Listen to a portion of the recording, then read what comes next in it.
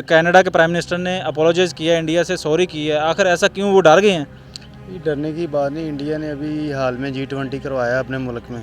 वहाँ पे सारी दुनिया के जो प्राइम मिनिस्टर थे वो आए हुए थे। उधर सिख रहनुमा जो कत्ल हो गया वो इंडिया पर डाल रहे हैं, लेकिन रिसेंटली रात को आपने देखा कि कनाडा के प्राइम मिनिस्टर ने स्टेटमेंट दी है, अपोलोजाइज़ किया, सॉरी किया, ऐसा क्यों है? कनाडा के वज़ीर-ए-आज़म से उन्होंने खुल्म खुला कहा है कि इसका जो है जो ताने बाने हैं वो इंडिया से मिलते हैं। उसने डायरेक्टली इंडिया को उसमें टारगेट किया है। वो सिखों का एक लीडर था हरदीप सिंह, उसका वहाँ पे मर्डर हुआ है कनाडा में। तो कैनेडियन जो प्रेसिडेंट है जस्टिन ट्रूडो, तो उसने अपोलोजाइज़ किया है सिख लेकिन वो कम्युनिटी। पहले तो ये जो कत्ल है वो इंडिया पे डाल रहे थे। जी, वो उसकी रीज़न ये है कि रॉ जोन सी इंडिया की एक एजेंसी है, ठीक है, ये प्रीमियर एजेंसी है इंडिया की रॉ।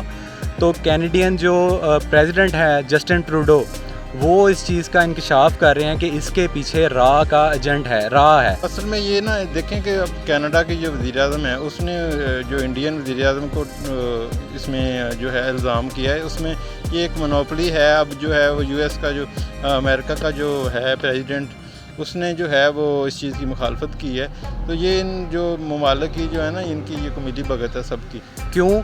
वो ये चाहते हैं कि इंडिया के जो रिलेशंस हैं फ़ॉरेन लेवल पे वो कनाडा के साथ ख़राब हों, तो इस वजह से उन्होंने ये काम करवाया ताकि इनकी फ़ॉरेन सतह पे ना खारजा पॉलिसी इनकी ख़राब हो। और इस चीज़ के पीछे दुनिया को भी पता है कि इंडिया इस टाइम आपको पता है कि इकॉनमी के हिसाब से किस तरह ग्रोथ कर रही है, क्योंकि तकरीबन 16 लाख जो है ना कम्युनिटी इंडियन, वो कनाडा में रहाइश पजीर है। तो वो वहाँ पे कारोबार कर रहे हैं, वो आपस में ट्रेडिंग है। तो उस हवाले से भी जो है वो कनाडा कह लो कि अंडर प्रेशर हो सकता है, क्योंकि वो 16 लाख कम्युनिटी वहाँ पे बैठी है, वो वहाँ पे कारोबार कर रही है।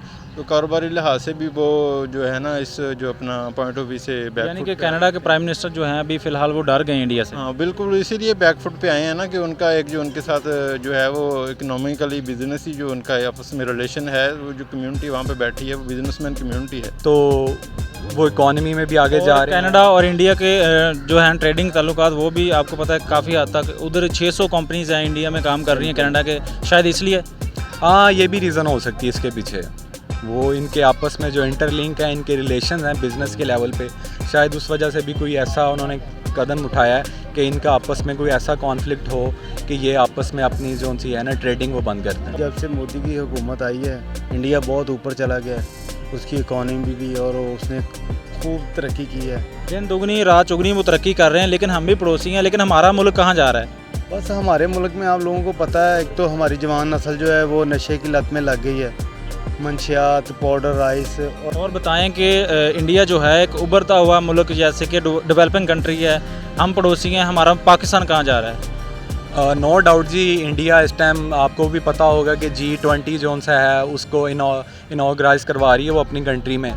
तो उसमें वो देखें इस टाइम एशिया की उभरती हुई पावर साबित हो रहा है वो तो पूरे वर्ल्ड को पता है। और G20 के इजला IT में भी देखें वो आगे जा रहे हैं। इवन दैट के वो उनका जौन सा था वो चांद पे भी पहुंच गए हैं। और दूसरा जो हमारे करप्शन है, जो हमारे बड़े बड़े मगरमच्छ बैठे हुए हैं, आप लोगों को तो खूब ही पता है, आप तो इंटरव्यू लेते रहते हैं, ठीक है। उनकी क्रिकेट अच्छी है, उनकी इकॉनमी अच्छी है, ठीक है, वो IT सेक्टर में अच्छे हैं। इवन वो उभरता हुआ इस टाइम ना चाइना के बाद, जिस तरह हम चाइना को देख रहे थे ना कि वो उभरती हुई सुपर पावर बन रहे हैं, तो एशिया में रहते हुए इंडिया इस टाइम उभरती पावर बन रहा है। दो चीज़ें जो हमारे मुल्क को खा गई हैं, करप्शन और एक जो जवान नस्ल यूथ थी वो मंशियात की तरफ बहुत चली गई है। 70% जो है वो नशे की लत में जो हमारे जवान थे जिन्होंने इस मुल्क को ऊपर लेके जाना था। और G20 के इजलास जो कश्मीर में हुए, और ये समझते हैं कि कश्मीर जो है अब भारत के हिस्से में आ चुका है। इंडिया समझता है, लेकिन हम एज आ पाकिस्तानी हम तो ये नहीं समझते, क्योंकि हम यही समझते हैं जब हमारा मतलब कि अलहदगी हुई थी तो जो हिस्सा हमें मिला था, आधा हिस्सा उनको मिल गया, आधा हमें मिल गया। लेकिन वो इंडिया अभी भी चाहता है कि जो कश्मीर इनको मिला है किसी तरीके से हम इसको हासिल कर लें। तो उस सिलसिले में वो आए दिन हमारे फ़ौजियों को शहीद करते हैं, उनके भी शहीद हो रहे हैं। तो ये सिलसिला अभी रुक नहीं रहा। खेलों के मैदान है वो खाली पड़े हैं, आपने तो देखा है, ठीक है। हाल ही में इंडिया भी जो है एशिया का फाइनल, वो भी इंडिया जीत गया। इंडिया साल में 12 महीने जो रहता ही वो ग्राउंड में। इंडिया इतनी तेज़ी से तरक्की कर रहा है, हम भी पड़ोसी मुल्क हैं, लेकिन हमारा मुल्क नहीं कर रहा। जी बेहतर आप कह रहे हैं कि इंडिया में करप्शन नहीं है, हमारे मुल्क में हर जगह करप्शन है, हर डिपार्टमेंट में करप्शन चल रही है। उनके जो आपको पता है IPL पूरी दुनिया में मशहूर है, ठीक है। फिर उनकी जो एकेडमी है, उनकी एकेडमी है जो उनमें वो जो प्लेयर आता है, तो हमारे प्लेयर 8-8, 9-9 मैच में स्कोर नहीं करते, उनको साल लेके 80-80 साल उम्र होगी, उनको खिलाते हैं। यंग नेशन को दो, आप मौका दो, वो खेलें, ठीक है, वो हिटें लगाएं, वो हमारे मुल्क के लिए खेलें। एक चीज़ है, अगर हम करप्शन पे काबू पा लेना तो हमारा मुल्क भी तरक्की करे। टैक्स हम भी पेड कर रहे हैं, वो इंडिया भी पेड कर रही है।